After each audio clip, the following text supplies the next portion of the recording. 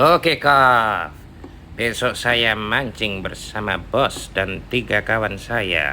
Kita mau mancing di lautan dangkal ya, di Mengare yang kapan hari kita survei. Seharian ini badan saya jadi teler gara-gara mencari udang.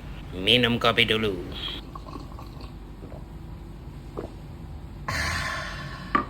Meni mancing gratis dibayari bos. Jadi pagi-pagi jam 7 saya sudah pergi ke pasar. Naasnya tidak ada udang muara ya, udang werus biasa disebut di Jawa sini. Habis semua. Akhirnya saya bersama bos dan Pak Tua mencari udang di daerah Pelabuhan Tanjung Perak ya. Dan ini ada jual. Ini sudah siang ini. Tadi pagi cukup stres saya. Gimana mancing kalau nggak ada udang? Syukurnya di sini ada 1 kilo 150.000. Saya kasih kontaknya ya. Barangkali yang di Surabaya butuh udang werus bisa ke sini. Enaknya udang werus ini kita nggak usah berurusan dengan aerator, cukup dikasih es batu. Dia bisa tahan sampai sehari. Jadi biasanya kita tutup rapat sudah, jangan dibuka-buka ya. Besok ketika di spot baru dibuka. Jadi udangnya bisa teler gitu, kena es. Nanti kalau udah dibuka dikasih air dia bangun lagi.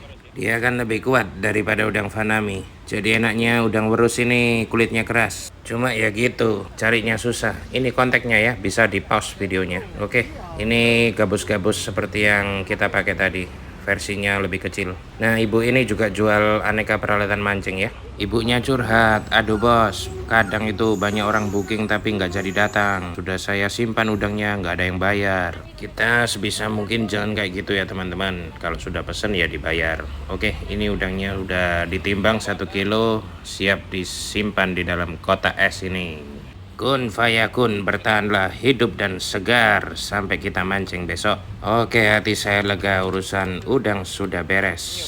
Tapi saya masih punya 2 tugas lagi, yaitu ke toko pancing dan saya harus masak. Jadi ibu saya bilang saya pengen ikan kov. Nah ini stok ikan mancing saya ya. Oke bu, siap, laksanakan. Saya masakkan kakap Manila ya, sama ikan kerapu. Saya mau steam saja karena ibu saya sudah tua. Jangan makan goreng-goreng biar tetap sehat dan panjang umur. Nah ini 2 ikan, lumayanlah 2 kiloan ya. Lumayan menjadi asupan protein bagi tubuh ibu saya. Salah satu rahasia beruntung ketika kita mancing adalah restu ibu kita. Jadi kalau mau mancing itu saya cerita ibu saya, bu saya mau mancing ya, doakan saya supaya dapat banyak. Oke siap Kov. Kamu saya doakan dapat banyak. Nanti kalau dapat banyak saya juga senang bisa dimasakin. Oke, ikan ini masih beku. Saya ke toko pancing dulu ya, sambil menunggu ikannya mencair. Ini salah satu supermarket peralatan mancing yang cukup besar di Surabaya, namanya Java Fishing. Di toko ini mendistribusikan 2 brand besar ya, Shimano dan Daiwa. Ini Shimano Vanford. Menurut web Shimano dia adalah penerus Tradix CI4. Jadi ini adalah seri CI4 di tahun ini ya, 2024. Shimano Vanford, beratnya sangat ringan. Harganya di kisaran 3 jutaan. Oke, ini tali PE favorit saya. Di sini juga ada Relix ya, dari Jabrik sampai Samson. Jadi enaknya kalau tali PE-nya sudah ketemu gini, bawa aja reelnya ke sini, diisi di tempat supaya nggak kelebihan dan nggak kekurangan. Nah ini leader untuk kearifan lokal yang biasanya saya pakai buat ikan-ikan brengsek yang giginya tajam. Hari ini saya cuma belanja timah untuk mancing dasaran besok. Tadi datang, salesnya langsung bilang, "Hey Kov, metal jig kesukaanmu minggu depan datang." Ini ya, jig parah yang warna silver, harganya 25.000. Karena menjelang angin barat saat berburu tenggiri, langsung saya pesan 25. Saya ambil 25 kalau datang, jangan dijual ke orang lain. Nah ini kita bisa ngetes joran ya. Seperti saya bilang, kalau kita mau cari yang ngaceng atau impoten, tinggal digeprek-geprek kayak gini. Nah ini kok keras sekali ya. PE berapa sih ini? Oh pantas keras. Ternyata ini SAL 3GX yang PE3. Pantas digeprek keras sekali. Ini cocoknya untuk metal jig yang berat-berat ya. Nah mestinya ini peruntukannya untuk mancing di lautan ekstrim. Nah bener kan? Ini joran PE3, jignya maksimal 200. Sudah umur bisa teler saya main jig kayak gitu ya. Nah ini di supermarket ini ada kafenya. Nuansanya adalah nuansa angler ya. Oke, habis belanja saya pulang, ikannya sudah mencair. Nah sudah agak lembek ini, saatnya dibersihkan. Memasak untuk orang yang kita cintai harus dibersihkan sebersih mungkin. Saya potong semua siripnya, ekornya, sudah tidak ada lagi darah-darah ya di dalamnya. Cuma tetap biasanya bisa bersihkan gini, saya tiriskan. Nantinya akan ada netes dikit-dikit darah ya. Nanti dibilas lagi dengan air minum supaya lebih bersih sebelum dimasak. Setiap kali bersihkan dengan kerapu mesti kulit saya lecet semua. Entah itu lendir ikan kerapu ada apanya.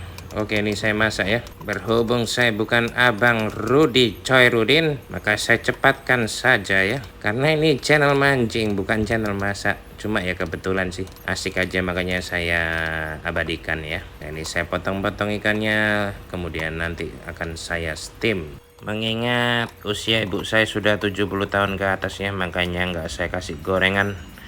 Saya kasih yang kukus-kukus aja di steam gitu supaya lebih sehat. Jika kita masih memiliki orang tua, nah teman-teman bisa masakin ya orang tua kita. Karena mungkin pasti ada dari teman-teman juga yang sudah kehilangan kedua orang tuanya ya. Jadi kita sudah nggak bisa masakin mereka lagi. Jika sekiranya masih ada orang tua kita, ya kita habis mancing gitu kita masakin mereka supaya hatinya senang. Dan doa restu dari mereka itu yang membuat kita berhasil ya. Saya belajar dari bos saya ya, menjelang kepergian ibunya, karena usia ibunya udah lanjut waktu itu. Bos saya mengasingkan diri di gunung bersama ibunya hingga berbulan-bulan, meninggalkan pekerjaan sepenuh waktu melayani ibunya pagi, siang, sore, hingga akhirnya ibunya berpulang. Jadi akhirnya ketika ibunya berpulang, bos saya bisa bernafas lega karena sudah berhasil melayani ibunya selagi hidup. Nggak lagi nangis-nangis di hadapan jenazahnya ya. Kan banyak di drama sinetron asap yang kayak gitu.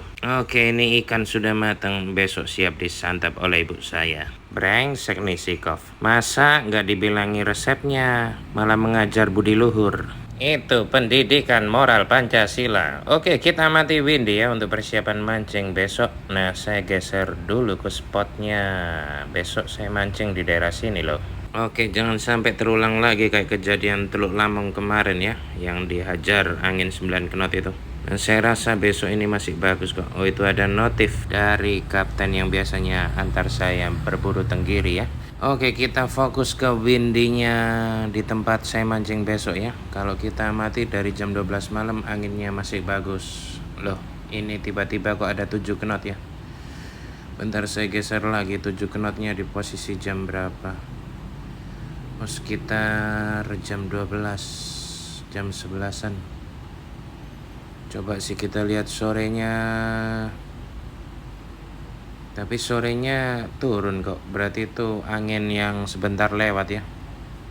Coba amati wavesnya ya. Wavesnya yang paling penting, jangan lebih dari 30 cm seperti indikator yang pernah saya sampaikan di channel ini ya. Nah, wavesnya masih bagus, 0,2, 0,3. Oke, mestinya bagus sih besok ini. Doakan semoga mujur. Oke, sembari mengingat ada notif tadi ya dari kapten saya yang biasa mengantar berburu tenggiri. Nah, saya mau amati tanggal 17. Itu angin barat sudah datang. Teman-teman pasti juga berburu tenggiri ya. Saya coba lihat di spot sini di daerah Paciran. Nah, ini udah nampak ya, anginnya bertiup dari sisi kiri ke kanan. Itu angin baratan.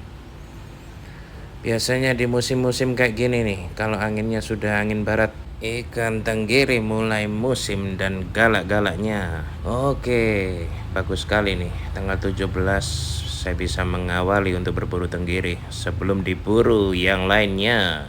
Jadi tadi siang kawan saya yang tengil itu telepon saya, "Hey Kof, angin barat udah mulai datang tanggal 16. Oh ya, saya cek di Windy, iya benar tanggal 16 sudah ada angin barat. Dia langsung bilang, "Ayo kita berburu tenggiri Kof sebelum diburu angler lainnya."